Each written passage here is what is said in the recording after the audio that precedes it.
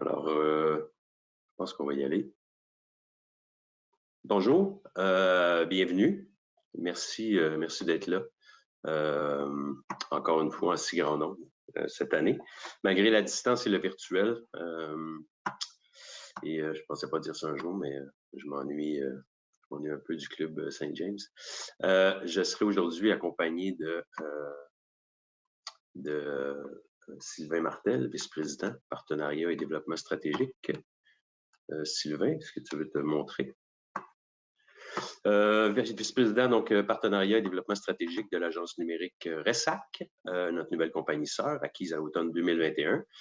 Également accompagné de mon fidèle acolyte dans cette aventure annuelle qui est Réputation, Christian Bourque, vice-président exécutif associé chez Léger, lui qui, bien avant moi, comme vous le savez probablement, a dirigé cette étude phare qui nous réunit ce matin et qui fête son 25e anniversaire. L'étude, pas Christian.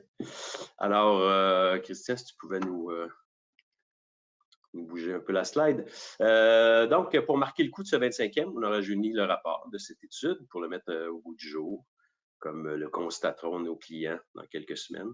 Et parlant de goût du jour, la citation du jour, donc, où on peut affirmer sans se tromper que la réputation est une préoccupation qui se démode pas du tout, loin de là, comme a fait foi cette citation, qui, même si elle date de 338 ans, demeure autant d'actualité. Joe Rogan aurait sans doute pu en tirer quelques enseignements, mais il n'est probablement pas avec nous ce matin. Alors, sans plus tarder, je vais inviter Christian à prendre la parole pour la présentation des données publiques de réputation 2022. Alors, M. Bourque, à vous.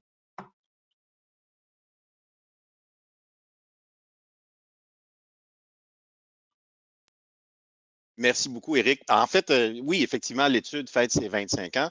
À chaque fois, la première fois que j'ai présenté ces résultats-là publiquement, c'était en fait au 20e siècle. Donc, ça date un peu. Puis, on va le voir tout à l'heure aussi, comment cet historique de données-là nous permet de pousser un peu plus loin l'analyse. Et puis, je pense, Éric, ensemble, c'est notre 10e année où on travaille sur cette étude-là. Donc, toujours un plaisir renouvelé à chaque année. De préparer l'étude, d'en faire l'analyse, puis de vous les présenter aussi à chaque printemps, comme c'est notre habitude. Mais allons-y sans plus tarder pour regarder qu'est-ce qui se passe cette année dans nos résultats. Premièrement, en termes de variation par secteur, il y a des secteurs qui sont gagnants, il y a des secteurs qui sont en baisse cette année, mais pour une variation moyenne de 0. Autrement dit, les résultats, si on le regarde sur la perspective d'une moyenne sur un an, on va voir tout à l'heure que le paysage est tout autre si on le regarde sur une plus longue période, mais si on le regarde sur les 12 derniers mois, la variation moyenne est de 0 point. Autrement dit, quand vous allez voir vos résultats plus tard pour vous, pour votre organisation, si vous n'avez pas bougé, vous êtes conforme à la moyenne de ce qu'on observe. Cependant, les aéroports rebondissent, on recommence à voyager, on recommence à avoir le goût de voyager. Donc, les aéroports, plus 6 cette année. Les résidences pour aînés qui, l'année dernière, avaient subi un peu un contre-coup, c'est-à-dire que malgré que les enjeux ont beaucoup plus été chez les CHSLD qu'ailleurs, c'est l'ensemble du secteur des RPA qui avait écopé en termes de score l'année dernière. Mais là, on se replace cette année en tant que secteur d'activité. Les télécoms sont en hausse de façon globale. Le secteur de l'automobile aussi est en hausse de façon significative. L'immobilier rebondit. L'année dernière, je pense qu'on a blâmé les bannières immobilières pour les hausses de prix et le manque d'offres sur le marché, alors que c'était certainement pas eux qui avaient créé cette situation-là. Mais là, les bannières rebondissent cette année. Aussi d'autres secteurs qui sont plutôt dans la marge d'erreur de la stabilité et quelques secteurs en plus forte baisse.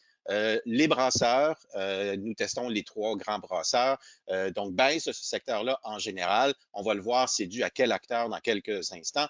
L'hôtellerie est en baisse, encore une fois, un peu loin des yeux, loin du cœur, peut-être durant la pandémie. Ça a peut-être affecté le secteur. Et vous voyez quelques secteurs aussi où les baisses sont significatives d'une perspective toujours sectorielle. Allons voir qu'est-ce que ça veut dire pour les marques que nous avons mesurées. Premièrement, les plus fortes baisses. C'est toujours une dynamique que l'on va regarder. Est-ce qu'il y a eu des phénomènes, des événements qui se sont déroulés durant l'année qui ont pu affecter certaines entreprises plutôt que d'autres? Le moins 28 de Lactalis, c'est tout simplement relié au changement de nom. Donc, l'année dernière, Nous testions Parmalat, cette année Lactalis, et effectivement, c'est une perte de notoriété. Donc, ça risque de leur prendre un certain temps avant de retrouver la notoriété que cette entreprise-là avait auparavant. Donc, un score de moins 28 cette année, mais ça s'explique très bien. Huawei, ben, je pense qu'on n'a pas besoin d'aller beaucoup plus loin. Quand on voit le nom, ben, on connaît un peu l'épisode de l'emprisonnement d'une de ses dirigeantes et tout ce qui a suivi, le conflit que ça a créé au niveau diplomatique avec la Chine, les relations avec la Chine. AstraZeneca, encore une fois, pas une très grande surprise, c'est-à-dire c'est une entreprise qui a beaucoup gagné en notoriété durant l'année, mais aussi, chez certains, en mauvaise opinion, étant donné la couverture médiatique là, autour de la sécurité entourant ce vaccin-là en particulier. Molson Coors en baisse de 11 points. Eric va y revenir tout à l'heure, mais si on faisait une corrélation entre la réputation du Canadien de Montréal et celle de Molson, qui en est propriétaire, la corrélation serait très élevée. Il y en a d'autres aussi, des baisses qui, encore une fois, sont liées à différents événements, autant pour l'AMF, autant pour L'Oréal, Delta, par exemple, qui est toujours numéro un dans le domaine de l'hôtellerie. Mais encore une fois, il y a toujours un contexte qui peut expliquer certaines de ces baisses-là. Même chose au niveau des plus grandes hausses. Le plus 17 de Boeing, c'est pas que Boeing a fait quelque chose d'extraordinaire au cours des 12 derniers mois, c'est qu'ils avaient perdu près de 60 points au cours des 4 dernières années, reliés à différents éléments dans l'actualité aussi, des éléments reliés à la sécurité de certains de leurs appareils. Donc, le plus 17, en fait, c'est Boeing qui commence à remonter la pente qui est assez abrupte, considérant tous les points que l'entreprise a perdus au cours des dernières années au Québec comme au Canada par ailleurs. Quand on parlait que le secteur de l'automobile se replace et est en hausse de façon globale, ben, celles qui remontent le plus sont celles qui étaient les moins bien cotées. Autrement dit, dans ce cas-ci, les grandes américaines que sont Chrysler et GM de l'autre côté aussi. Si vous regardez, ben, le cas d'Intelcom, tout comme celui de Post Canada, est relié à un phénomène relativement simple. En tout début de pandémie, si vous vous souvenez, au cours des premiers mois de cette pandémie-là, il y a eu des enjeux au niveau de la capacité de nos compagnies de livraison de suffire à la demande. Il y a eu une forte hausse des achats en ligne reliés au contexte de la pandémie, des magasins fermés au tout début. Et ça a été difficile pour ces entreprises-là de faire face à cette demande-là qui était historique. Et là, cette année, on le voit, ces éléments-là se sont résorbés. Le secteur du courrier s'est replacé, entre autres, Intelcom et Post Canada. Post Canada qui a été dans le top 10, mais toujours dans le top 20, donc une entreprise qui fait toujours bien en termes de réputation. Et là, cette année, retrouve un peu de la gloire qu'elle avait perdue temporairement. PepsiCo, un plus 10, plus difficile de l'expliquer celui-là. On le sait, tout ce qui est relié à la malbouffe, au sucre, c'est des entreprises qui ont de la difficulté. PepsiCo, tout comme Coca-Cola, se retrouve très loin au classement. PepsiCo, le plus 10, est-ce qu'il y a différents phénomènes qui peuvent l'expliquer? L'achat et le fait qu'on publicise maintenant que PepsiCo est propriétaire de SodaStream, est-ce que ça peut avoir un impact positif? Différents facteurs qui pourraient l'expliquer. C'est d'ailleurs pourquoi l'étude détaillée est là justement pour expliquer pourquoi certaines entreprises vont monter plutôt que baisser. Au niveau du Cirque du Soleil, encore une fois, c'est un rebond. Cirque du Soleil qui a souvent été dans le top 10 des entreprises les plus admirées au Québec, avec son plus 9, ben, 2 années sans spectacle. On avait subi un peu le contre-coup de l'acquisition par une entreprise étrangère, où là, le cirque avait un peu perdu en termes de score de réputation de façon globale. Et là, cette année, on retrouve, où on se replace un peu dans le classement et on se retrouve maintenant dans le top 20, on revient dans le top 20 pour le Cirque du Soleil. Donc, encore une fois, des éléments qui expliquent pourquoi certaines baissent, certaines vont avoir des hausses plutôt spectaculaires. Et c'est justement l'intérêt de cette étude-là, c'est qu'elle est sensible aux événements, puis elle est sensible au passage du temps aussi, ce qui la rend, en tout cas pour nous, tout à fait pertinente. Si maintenant on y allait au palmarès 2022, on le sait, l'étude de réputation, c'est, corrige-moi si je me trompe, Eric, mais c'est près de 18 000 répondants au Québec. Les entreprises, chaque entreprise est évaluée par 1000 personnes ou 1000 répondants ou plus. Par la suite, ce qu'on fait, c'est que le palmarès qu'on dévoile aujourd'hui, c'est essentiellement un calcul plutôt simple. C'est-à-dire la question que l'on pose, la question principale, qui est la même depuis 1996, c'est avez-vous une bonne, une mauvaise opinion? Vous ne connaissez pas assez l'entreprise pour vous prononcer, pour vous former une opinion, ou vous ne la connaissez pas du tout. Donc, l'indicateur de réputation prend en considération est-ce que je suis connu et ensuite est-ce que je suis aimé ou non. Donc, si on veut se retrouver dans le top du palmarès, il faut être connu de tous ou de la plus grande part de l'auditoire possible et ensuite transposer cette notoriété-là en bonne opinion ou dans un ratio de bonne opinion versus la mauvaise qui est favorable. Parce qu'en fait, le score que vous allez voir dans quelques instants, c'est tout simplement le pourcentage de bonne opinion moins celui de mauvaise opinion qui donne le score de réputation qui est affiché, qui va vous être communiqué par la suite aussi et que vous allez pouvoir et vouloir regarder avec intérêt, j'en suis sûr. Donc, allons-y avec qui forme cette année notre top 10. Et juste avant qu'on y aille aussi, les entreprises qui vont se retrouver dans le top 10 vont recevoir au cours de la journée une trousse de notre part, les identifiant comme étant des gagnants de l'étude de réputation pour cette année. Si cette entreprise-là souhaite utiliser publiquement cette reconnaissance-là dans une publication, dans une initiative de relations publiques ou quoi que ce soit, ben c'est cette trousse-là leur permet justement de le faire.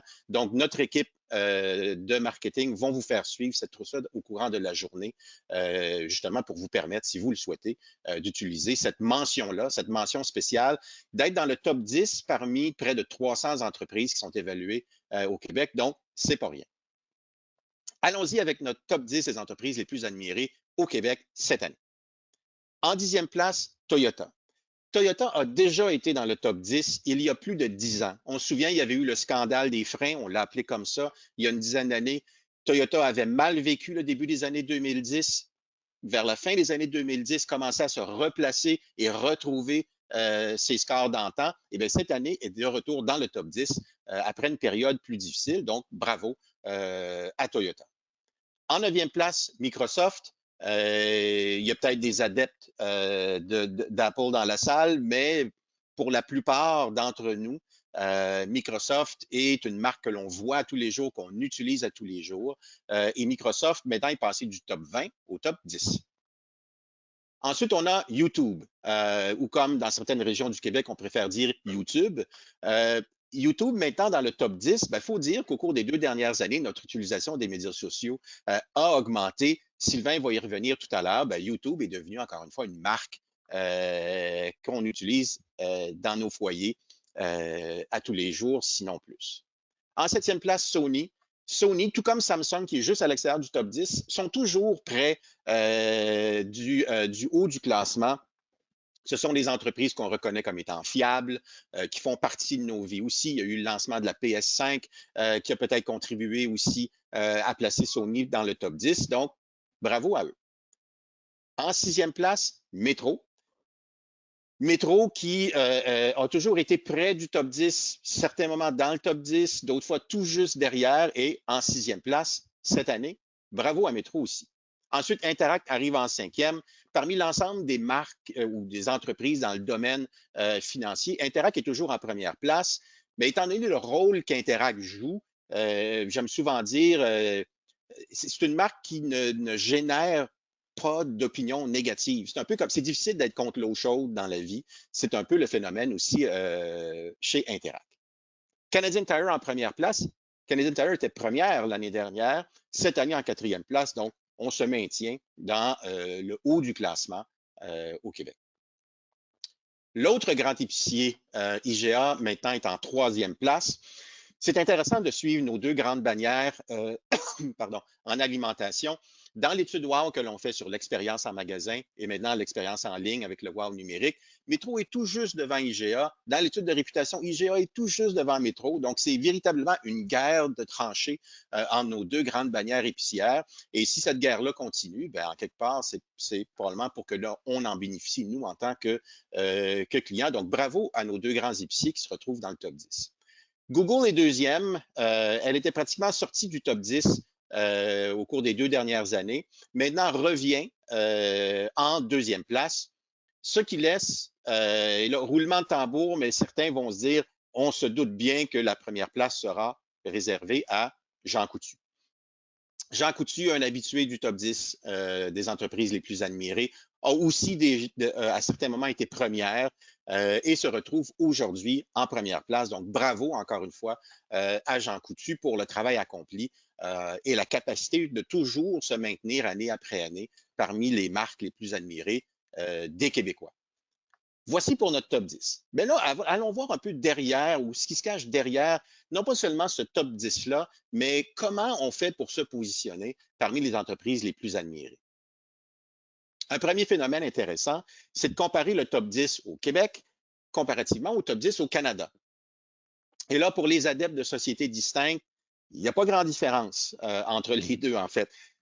Certaines marques vont se retrouver dans le top 10 au Canada, par exemple, et ces marques-là sont dans le top 20 au Québec.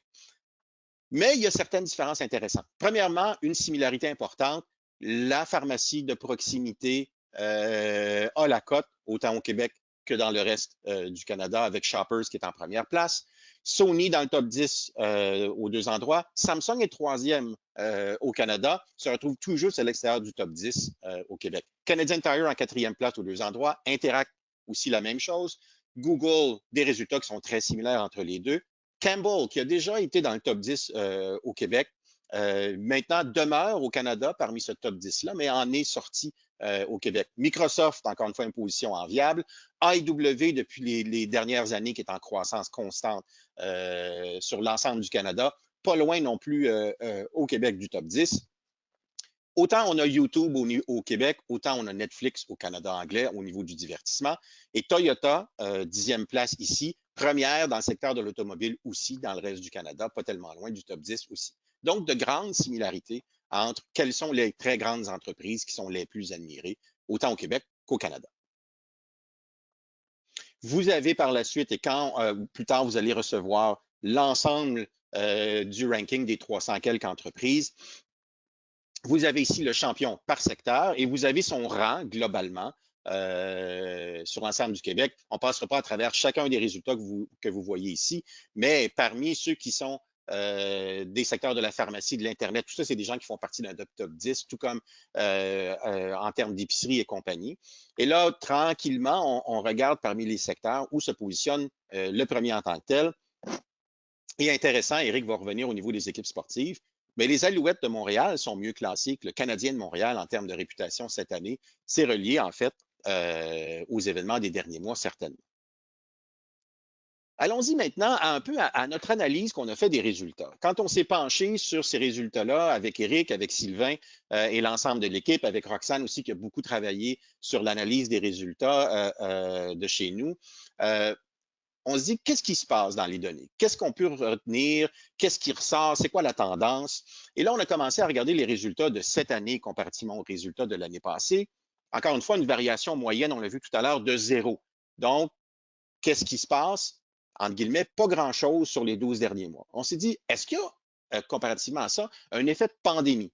Est-ce que, à cause du contexte spécifique de la pandémie, est-ce que ça va avoir un impact positif sur la réputation parce qu'on doit se fier et avoir confiance aux entreprises avec lesquelles on interagit dans nos vies, ou ça va avoir l'effet inverse?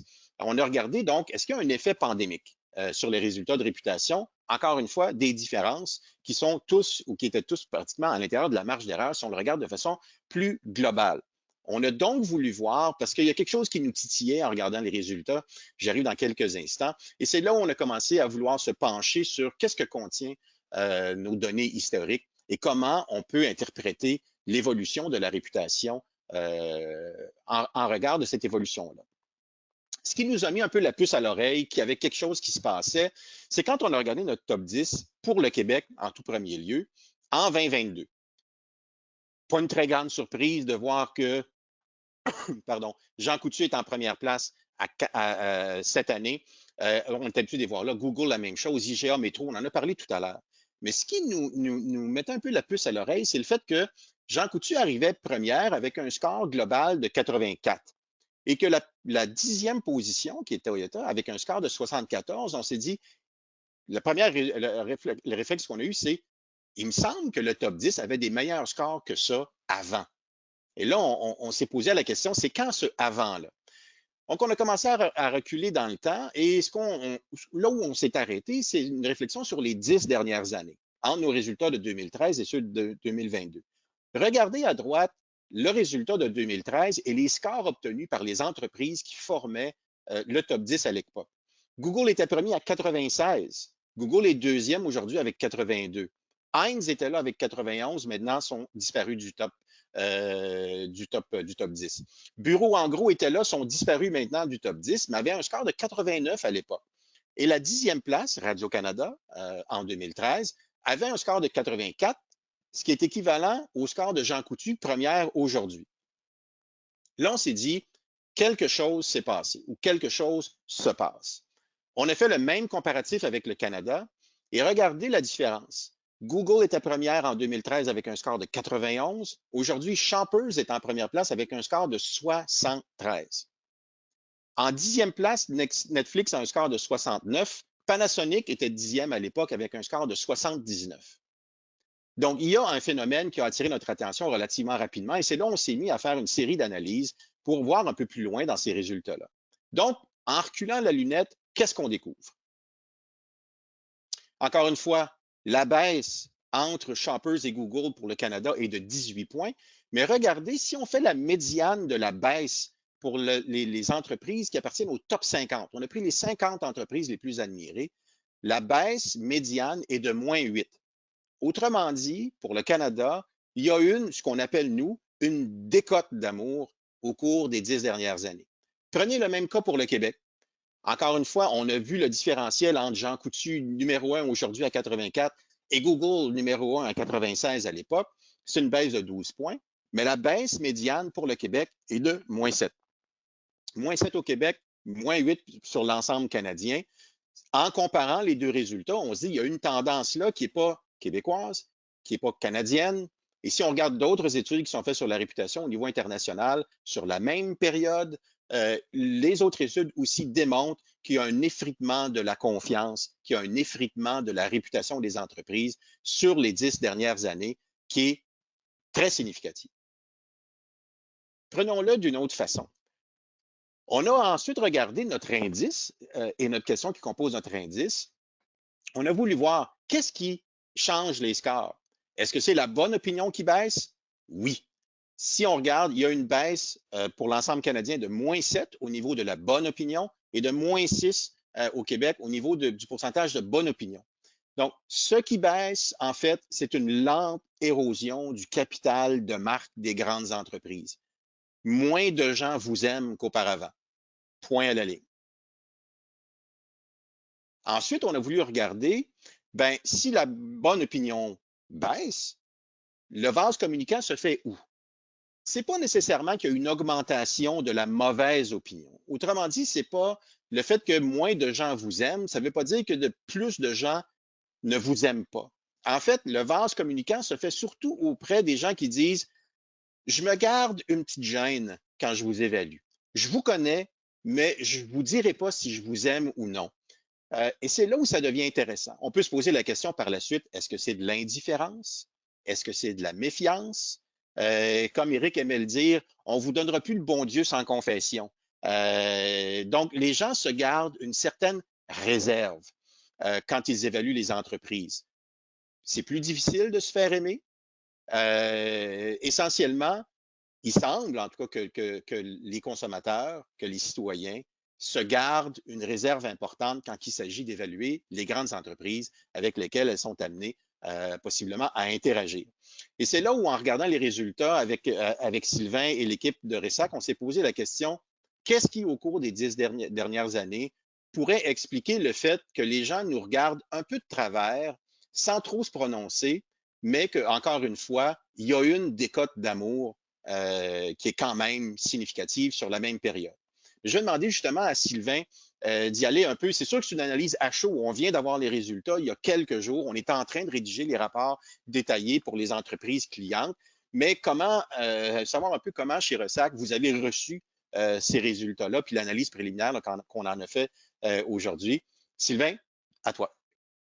Merci, Eric. Merci, Christian, pardon. Effectivement, ben, chez Ressac, en tant qu'agence numérique, on regarde ça avec nos yeux ou nos lunettes de marketer, bien sûr. Puis, Si tu regardes dans les 10 dernières années, la période qui nous intéresse, où on voit une décroissance du taux, là, du taux de réputation des entreprises, ben, on peut pas ne pas faire une corrélation avec l'importance qu'a pris le web, le numérique dans la vie des organisations, dans la vie de la population en général, ainsi que les médias sociaux. On sait qu'il y a 2,5 fois plus d'internautes aujourd'hui qu'il y en avait il y a 10 ans. Il y a 3 à 4 fois, il y a presque 3,5 fois plus d'utilisateurs de médias sociaux. C'est 4,6 milliards de mémoire, si je me rappelle.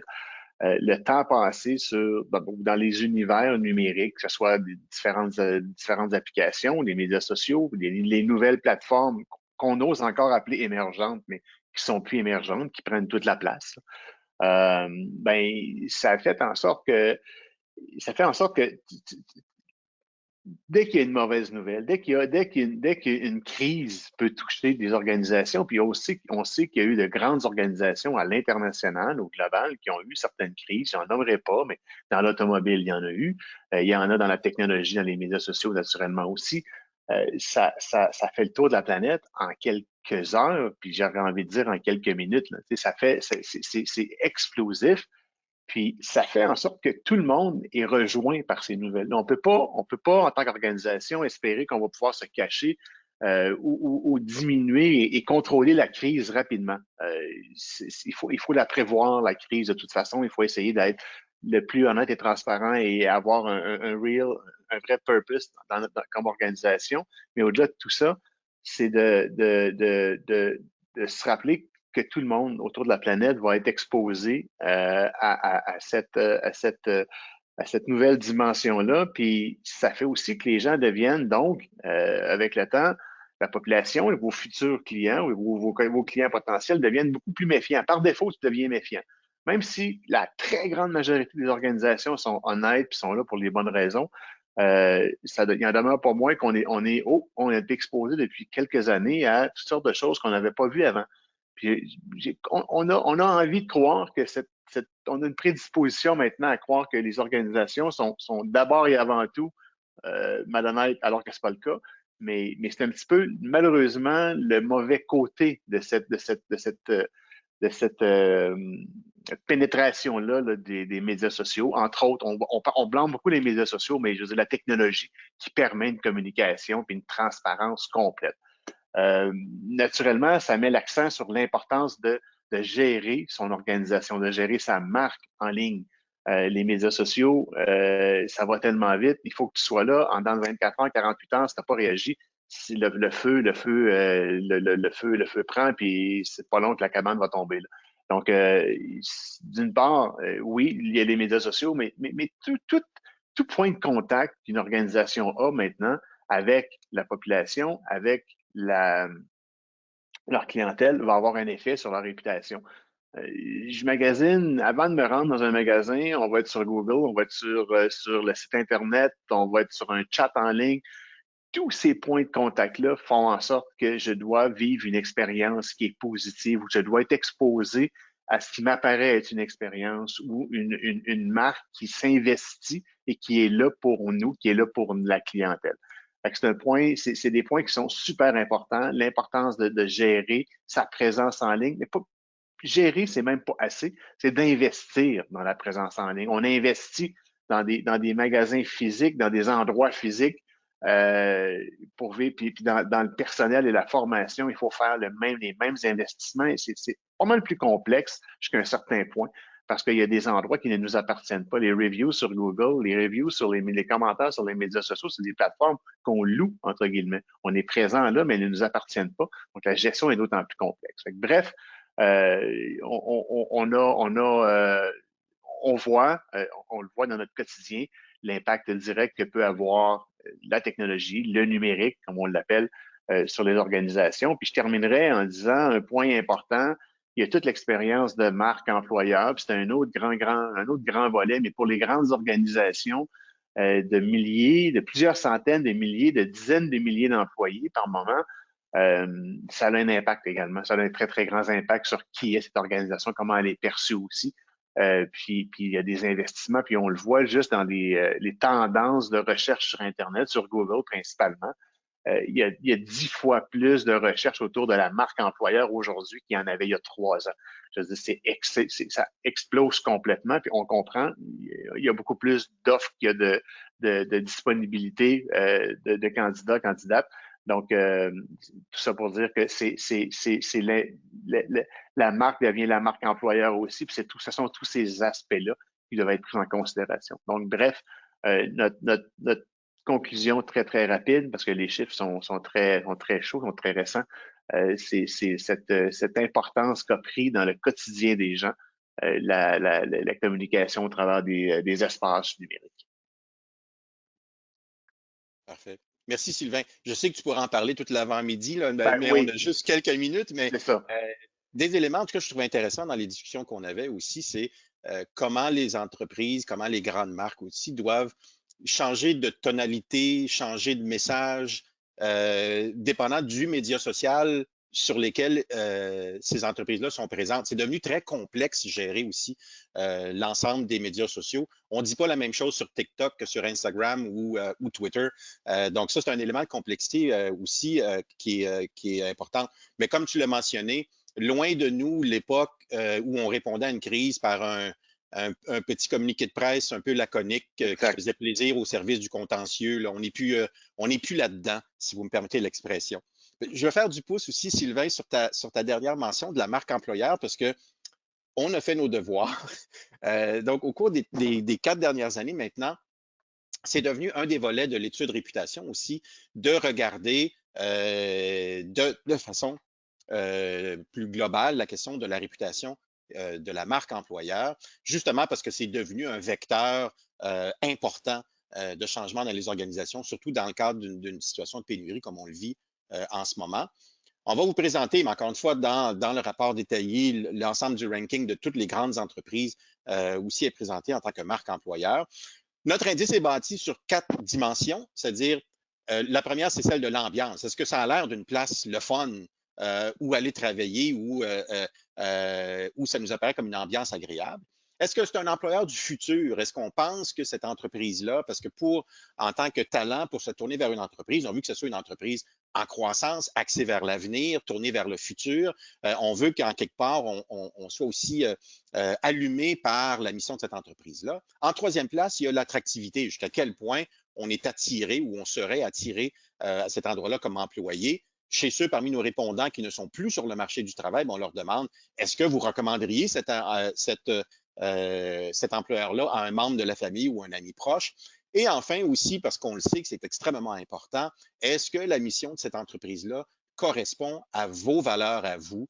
Parce que cet élément-là de correspondance entre les valeurs de l'entreprise, l'élément de purpose, comme le mentionnait Sylvain, et aussi les valeurs de l'employé, ben, il faut que ça fasse un aujourd'hui, maintenant. Si on regarde au niveau du Québec, vous avez ici pardon, les 10 entreprises avec la meilleure réputation en tant qu'employeur. Et ce qui est intéressant, c'est qu'il y en a certaines d'entre elles qui se retrouvent dans le top 10 ou dans le top 20 ou le top 30 des très grandes entreprises. Parce qu'il y a un peu un phénomène de vase communicant. Si on admire l'entreprise, elle nous attire comme employeur et inversement aussi. Mais il y a des exceptions. Par exemple, Hydro-Québec, qui est 43e au niveau du palmarès de la réputation, est numéro 1 en tant que meilleur employeur au Québec. Costco se taille une place. Et là, ici, Honda est devant Toyota au niveau des employeurs. Post Canada, 8e au niveau du meilleur employeur, 28e au niveau des entreprises les plus admirées, mais qui revient là, parmi notre top 20. Regardez la SAQ, par exemple. Très bonne réputation en tant qu'employeur, mais sa réputation globale est la place au 70e rang. L'OSM, 10e au Québec comme meilleur employeur, alors qu'elle est 50e au niveau de la réputation globale de l'entreprise. Donc, encore une fois, la raison pour laquelle on a mis en place ce ranking-là au cours des dernières années, c'est tout simplement pour voir comment les entreprises performent en termes de perception au niveau d'être des employeurs de choix, parce que la réputation employeur et la réputation de l'entreprise, en quelque part, c'est 2 dossiers sur lesquels on doit travailler pour maintenir notre degré de compétitivité dans nos marchés respectifs. Un autre volet qu'on a ajouté cette année, je vais sans mauvais jeu de mots, Éric, oui, je vais faire un mauvais jeu de mots. Je te repasse la POC pour parler maintenant des marques au niveau sportif. Alors, oui, effectivement. Merci, Christian. Au-delà de la boutade, là, à l'effet que la réputation, c'est du sport. Dans le cadre de cette 25e édition, donc loin de la 25e Coupe Stanley de nos glorieux, on s'est permis d'ajouter un secteur à l'étude qui nous apparaissait le fun. Donc, on a ajouté les équipes sportives professionnelles qui, rappelons-le d'emblée, ont été sondées dans leurs marchés respectifs. Comme vous le constaterez rapidement, les Alouettes sauvent un peu l'honneur de Montréal là, avec 4e place ici. Et pour ceux qui aiment haïr Toronto, à notre grand désespoir, on peut voir que cette ville-là est bien représentée en première ligne avec la première place, la 2e place et la 6e place. Il faut cependant regarder, puis je vous invite à y aller tout de suite, à glisser les yeux un peu plus bas. Regardez donc au 14e rang pour retrouver notre Sainte Flanelle qui aura eu une année en chemin de croix, comme on dit. En se rappelant cependant que cette collecte-là a eu lieu, notre collecte a lieu comme c'est le cas chaque année, là, de la mi-décembre à la fin janvier. Donc à la mi-décembre, quelques semaines après le repêchage controversé de Logan Mailloux et ce qui s'en est suivi, donc le congédiement de Marc Bergevin, donc au plus creux de la vague. Il sera intéressant de voir, Christian, si l'an prochain, la reconstruction aura eu des répercussions positives et durables sur la glace et sur la réputation de l'équipe. Comment passer sous silence la dernière ligne en 19e place. Le changement, donc comment passer sous silence, donc oui, le fait que le changement de la marque impacte Montréal vers CF Montréal. Semble pas non plus être un grand succès dans notre étude. CF qui arrive presque en fin de peloton, là, une saga qui est probablement loin d'être terminée, là, comme on faisait foi l'actualité récemment. Mais comme dirait M. Saputo, il n'y a pas de quoi en faire un fromage. Alors, ce sont nos résultats pour les équipes professionnelles. Je tiens à rappeler à nos participants qu'après le webinaire, vous allez recevoir un enregistrement de ce webinaire en question, donc un petit livret, booklet, comme on l'appelle à l'interne, réputation qui comprend le classement complet et d'autres informations sur l'étude par courriel. Parlant de l'étude, si vous aviez d'aventure un intérêt, si vous posez des questions sur ce que ça contient, ce que ça comprend, etc. Si vous êtes sondé, bien évidemment, parce qu'on ne sonde pas toutes les entreprises, même si on en sonde près de 340, près de 350 au Québec. Donc, vous pouvez nous contacter, donc on pourra répondre à vos questions. L'adresse courriel qui est au bas ici, solution@léger360.com. Donc, je pense qu'on arrive à notre période de questions. On vous invite à les poser. Ah, j'en ai déjà ici. Ah, j'ai une première question justement ici. Christian, Oui. on nous demande si d'autres facteurs pourraient expliquer ces baisses de score et des taux, ces baisses des scores et des taux de bonne opinion. La météo peut-être. Ah. Oui, mais ça, c'est intéressant. En fait, la méthodologie, elle, demeure inchangée. C'est-à-dire qu'on a passé d'une collecte de données qui était téléphonique à une collecte de données hybride et ensuite totalement à partir de notre panel Internet, notre panel Léo, à partir de 2008. Donc, quand on regarde de 2022 à 2013, c'est la même méthodologie en termes de collecte de données. C'est la même question. Ce sont les mêmes questions qui sont posées aussi depuis plus de 10 ans. Donc, la méthodologie, elle, demeure constante à travers le temps, demeure la même. Donc, c'est pour ça qu'on s'est dit, ce n'est pas des facteurs méthodologiques qui pourraient expliquer les changements. Le fait qu'on le retrouve aussi sans égard au marché, la raison de laquelle on faisait le comparatif Québec-Canada, c'est pour voir si le paysage qu'on observe ici est celui-ci, ben celui au Canada aussi est le même. Donc, il semble qu'il y a un phénomène, en cas, qui dépasse, selon nous, dépasse largement le Canada. Je suis sûr que si on faisait la même collecte de données en Grande-Bretagne, aux États-Unis ou en Allemagne, je ne sais pas, Sylvain, si tu serais d'accord avec nous, mais probablement qu'on verrait cette même effritement-là de la confiance aussi ailleurs. Donc, c'est un phénomène qui est relié à des facteurs qui sont souvent à l'extérieur des entreprises elles-mêmes. C'est véritablement le marché et le monde qui a changé. Mais il n'y a pas aussi Edelman qui, dans son Trust Barometer, qui... Oui, elle remarque le même effritement au niveau mondial depuis 2015. Oui, tout à fait. Autre question. Doit-on comprendre que les marques qui performent le plus ces dernières années sont impérativement celles qui gèrent le mieux leur présence en ligne. Sylvain, je pense, peut-être, oui. Oui, ben, complète transparence, puis comme on le disait, on n'a pas analysé en profondeur d'un point de vue gestion de marque des organisations qui sont présentes au top 10 là, de l'étude de réputation. Donc, par contre, pour les connaître assez bien, savoir qu'elles sont très, très bien investies dans le numérique et aussi par le travail qu'on fait et avec Léger et au travers de chez Restac depuis plusieurs années. Oui, de façon assez directe, les entreprises qui sont présentes en ligne et qui s'assurent d'optimiser les points de contact et de gérer leur présence en ligne ont de façon habituellement assez systématique, à moins qu'elle soit un peu c'est trop paradoxal, là, mais que le produit ne soit pas à la hauteur puis qu'on s'investisse quand même. Mais lorsque le produit est là, lorsque la mission est là pour l'organisation et on fait le travail qu'on a à faire comme organisation en ligne, habituellement, l'impact est assez direct sur le score de réputation, effectivement. Et j'en ai une autre ici. Vous entendez quoi par gérer sa marque en ligne? Bonne question. C'est une question qui a l'air simple, mais qui est assez complexe. En fait, c'est d'être présent en ligne. Hein.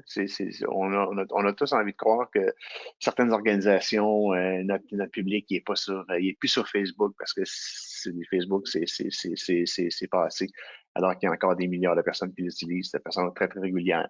On a envie de croire des fois que TikTok, c'est trop jeune pour nous, mais toutes ces plateformes-là, qui sont les nouvelles plateformes et qui ont des milliards d'utilisateurs, ont un rôle à jouer dans votre écosystème numérique d'organisation. C'est donc d'être présent selon les plateformes qui vous correspondent, qui correspondent à vos clientèles et à celles qui s'intéressent à vous.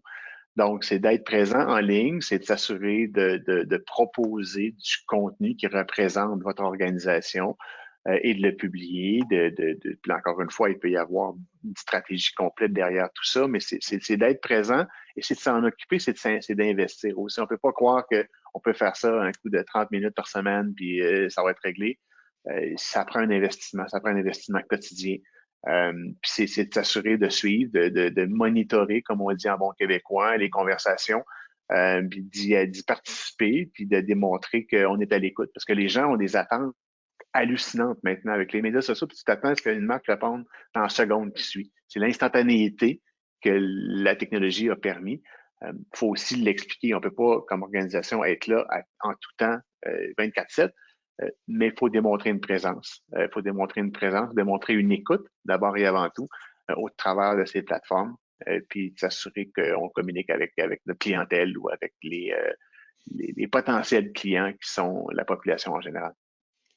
Okay. Là, je fais une réponse très courte, mais on pourrait en parler pendant un bon bout. Là, ouais. Puis je pense que de la tonalité est importante. Tu parlais tantôt d'authenticité. Ah ben oui. Sur les médias sociaux, comparativement à ce qu'on faisait auparavant, les gens ont, permettez-moi l'expression, un détecteur de bullshit très, très, très bien aiguisé. Donc, c'est-à-dire, il faut des messages plus simples, des messages plus vrais. Il y a aussi dans la tonalité, je pense, quelque chose de très différent dans la façon de communiquer en ligne ou sur les médias sociaux versus nos stratégies d'avant. Ben, et tu as raison à un point, Christian, que puis aussi une tonalité par plateforme puis par audience. Je m'adresse pas de la même façon aux générations de 18-24 que je m'adresse aux gens de 45 plus, puis je m'adresse pas de la même façon à ces mêmes personnes-là sur une même plateforme. Donc, pour avoir fait ce travail à qui je m'adresse et qui les gens avec qui on a des conversations, puis d'avoir préparé, d'avoir planifié la tonalité, puis c'est un terme que j'aime pas utiliser, mais quand même, qui est l'espèce de brand book social. Comment mon organisation doit se comporter, là, dans quelle tonalité, c'est quoi les mots utilisés. Ça peut paraître niaiseux, je mets des emojis ou j'en mets pas. Bon, toutes ces petites choses-là, parce que ça peut aider. Bref, effectivement, authenticité, transparence, mais reconnaître, d'être à l'écoute. C'est la première étape, c'est comme dans la vraie vie, là, d'être à l'écoute, ça change tout. Et après ça, c'est de respecter l'intelligence des gens avec qui on converse, en fait. Prochaine question, je vois qu'il y en a plusieurs, puis ma gestion de la boîte de questions et semis. Fait que je vais y aller. Comment les répondants au sondage sont-ils sélectionnés? Aléatoirement, là, à partir de notre panel, Léo, 1000 répondants par segment d'à peu près une vingtaine d'entreprises. Éric, aussi, ce qu'on fait quand on va inviter les gens, c'est que de façon aléatoire, vous allez être appelé à évaluer, par exemple, les banques et le secteur alimentaire. D'autres vont être appelés à évaluer les entreprises industrielles et celles du transport. Donc, tout ça est un tirage aléatoire au niveau des secteurs d'activité que les gens sont appelés à évaluer. Sommes-nous plus critiques qu'avant?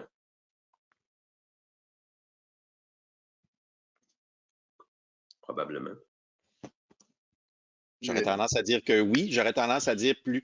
Moi, je reviens au mot méfiance. C'est celui que Sylvain utilisait, c'est celui que je préfère aussi. Tu sais, avant, on était, je pense que, surtout au Québec, je pense, culturellement, on est une population qui aime aimer, mais de plus en plus, on regarde un petit peu de travers. Je pense que notre posture face aux grandes entreprises a changé au cours des dernières années, mais ça n'engage que moi. Je ne sais pas, Sylvain, ce que tu en penses, mais.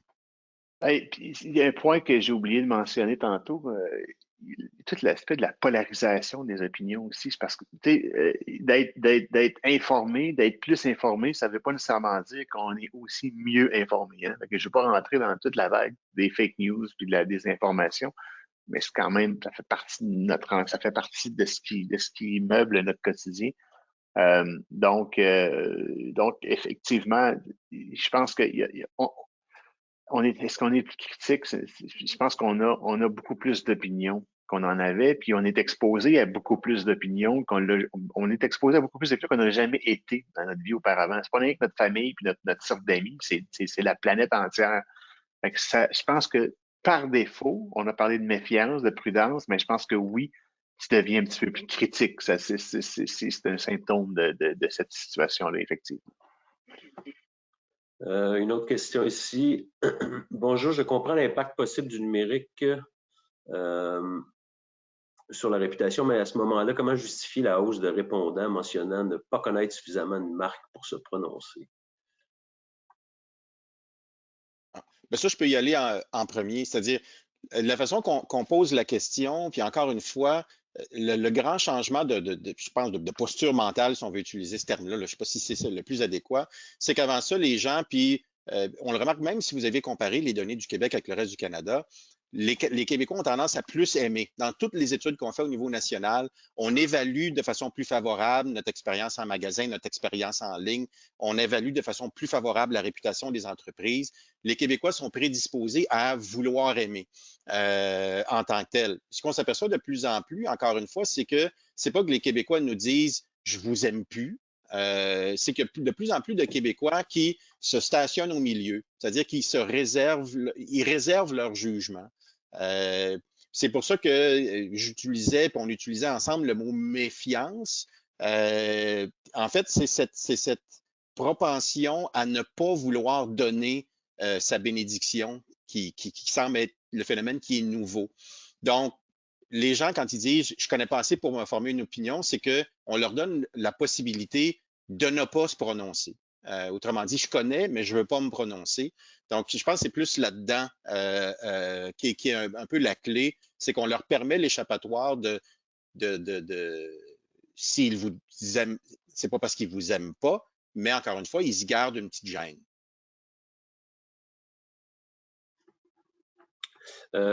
Question suivante pour M. Martel. La donnée sur la baisse de visionnement de la télé tient-elle compte des comportements de visionnement de télé sur Internet?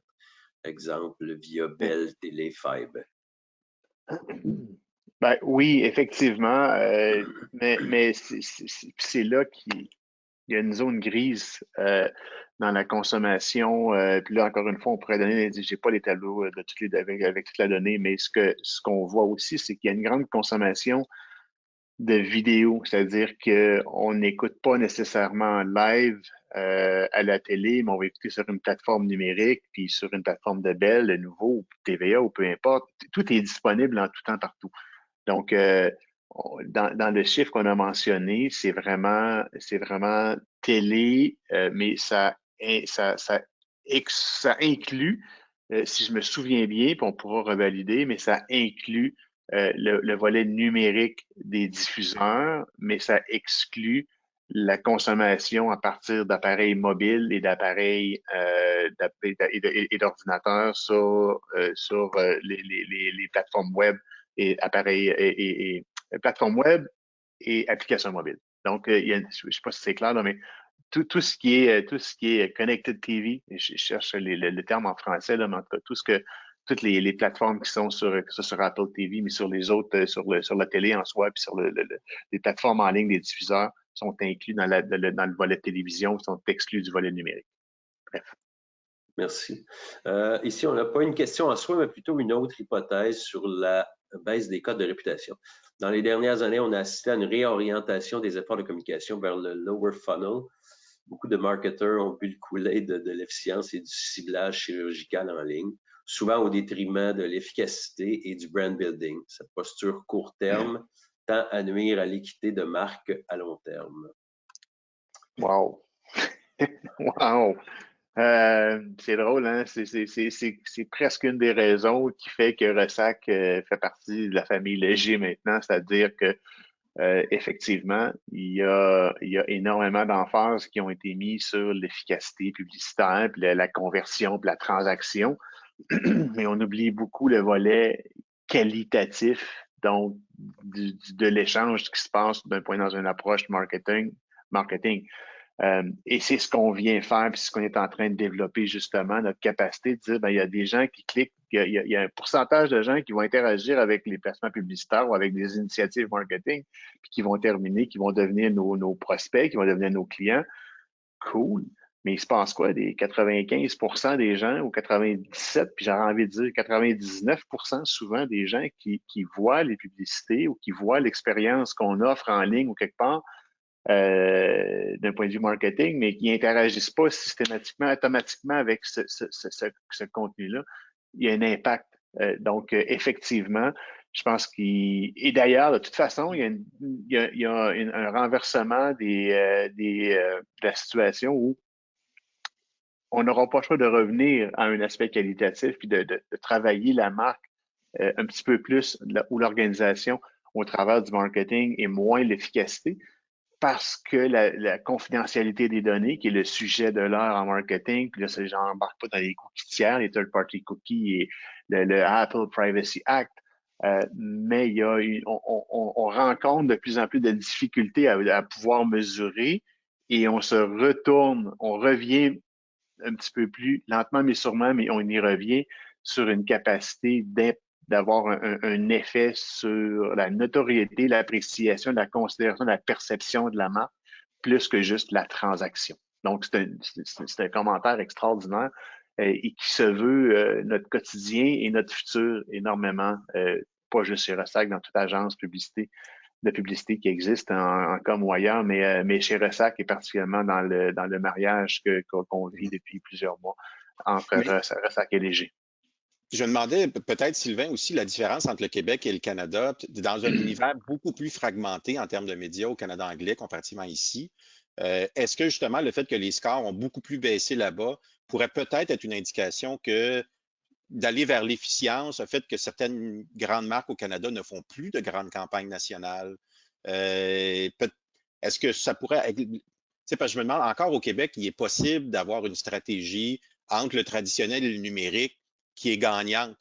Certains vont se coller à OD, à Star Academy, tandis que dans le reste du Canada, ces rendez-vous-là, sur le grand perron de l'église des médias traditionnels n'existent plus, là, à part pendant 2 heures au Super Bowl. Oh oui, puis c'est un autre sujet chaud, hein, les GAFA d'investissement, parce que tu sais, la portée, l'efficacité publicitaire passe grandement par les plateformes que sont Google, Facebook, ou chez Microsoft et Amazon et compagnie, là. Mais c'est un sujet chaud aussi dans les investissements médias québécois. Mais quand on veut le faire d'un point de vue national, c'est un petit peu plus complexe. Au Québec, tu l'as dit, on retrouve nos rendez-vous du dimanche soir encore, puis de certaines autres soirées, puis on est capable de faire un beau mix entre l'approche traditionnelle et numérique, qui est peut-être plus complexe. Écoute, c'est intéressant. Une chose est certaine, c'est que dans la planification média, d'un point de vue numérique et même traditionnel, c'est un peu plus complexe effectivement au Canada anglais. Puis encore une fois, on parle de numérique. On parlait de numérique. Les plateformes sont décuplées. Là. Je veux dire, de réussir à aussi rassembler toutes ces plateformes-là puis aller chercher une efficacité publicitaire puis de bien le mesurer, c'est complexe. Alors qu'à l'époque, tu mettais 80% de ton budget en télé puis en print, puis je veux dire, tu pouvais savoir que tu avais rejoint 80% de la population. Aujourd'hui, tu décuples les placements. En tout cas, là, on rentre dans une conversation qui est beaucoup plus technique, là. Mais effectivement, je pense que il y a une partie de la réponse qui pourrait résider là-dedans au Canada anglais, effectivement. Je vois le temps qui passe, il nous reste 2 minutes. Est-ce que la notoriété demeure la même? Qu'en est-il de la familiarité? Sont-elles mesurées? Oui, dans le fond, un peu pour retourner à nos données, parce qu'on a aussi regardé au niveau de la notoriété totale des entreprises, ça, il n'y a pas véritablement de changement. Autrement dit, ce n'est pas une baisse de notoriété, c'est véritablement une baisse de la bonne opinion qui est plutôt observée à travers le temps. Mais ce n'est pas parce que la notoriété totale des entreprises s'effrite. Effectivement. Bien intéressant. Merci. Du point de vue de la relève pour les employeurs dans le contexte de la pénurie de main-d'œuvre, est-ce que les réponses sont segmentées par niveau d'études? Exemple, niveau universitaire, des enseignants. Par âge, par niveau d'éducation, toutes ces données-là sont disponibles. Oui, effectivement. Par revenu, par d'emploi, etc. aussi. Les chercheurs d'emploi cherchent des informations sur les dirigeants et leurs collègues de travail, l'environnement, etc. C'est pas vraiment une question, commentaire. Est-ce que la baisse de confiance envers les grandes marques pourrait s'expliquer par un repli de la confiance des consommateurs vers les commerces locaux qui ne figurent pas dans ces palmarès? Oui, ça, c'est une hypothèse intéressante. Oui, Puis je pense. je l'appelle hypothèse, mais c'est sûr qu'il y a une vague de local, espèce de mentalité de start-up, surtout chez les plus jeunes générations qu'on observe. Small is beautiful, c'est un peu dans l'air du temps. Il y a peut-être quelque chose là, mais encore une fois, on n'a peut-être pas toutes les données pour l'instant pour le valider, mais ce serait certainement une hypothèse que j'aimerais explorer beaucoup plus en profondeur. Certainement chez les moins de 35 ans, cet appel-là du petit, de la start-up, est peut-être plus important que ce qu'on vivait, nous, à l'époque où on avait, nous aussi, 25-30 ans. C'est pas si loin que ça de nous, là, mais quand même. Non, c'est ça fait quelques années. Mais on en a parlé avec Christian Péric, justement, de ces nouvelles marques-là, à la Uber et à la Airbnb et autres, là, on parle plus de start-up, c'est des grandes organisations. En même temps, quand on regarde dans le top 10, il y a les Jean Coutu, il y a les IGA, il y a les métros de ce monde. Ça demande. On n'est pas dans la petite PME locale, mais on demande dans l'organisation québécoise et très, très locale aussi, puis locale, chez Jean Coutu, dans la pharmacie de proximité. Il y a quelque chose. Il y a quand même, je pense que c'est un bon commentaire, parce que d'autant plus qu'on voit qu'il y a beaucoup de ces marques-là qui sont très, très québécoises aussi à l'intérieur dans leur ADN. Effectivement. Bon, ben, 10h01, on vous remercie encore une fois pour votre présence en si grand nombre. Et tel que promis, ben, on vous libère et s'il y a quoi que ce soit, vous pouvez nous rejoindre et vous recevrez un petit livret sous peu. Donc, tous les participants au webinaire d'aujourd'hui. Donc, merci, messieurs. Ben, merci. Merci à tous et à toutes d'avoir été là aussi. Ben oui. Exact. Merci tout le monde. Bonne journée. Au revoir.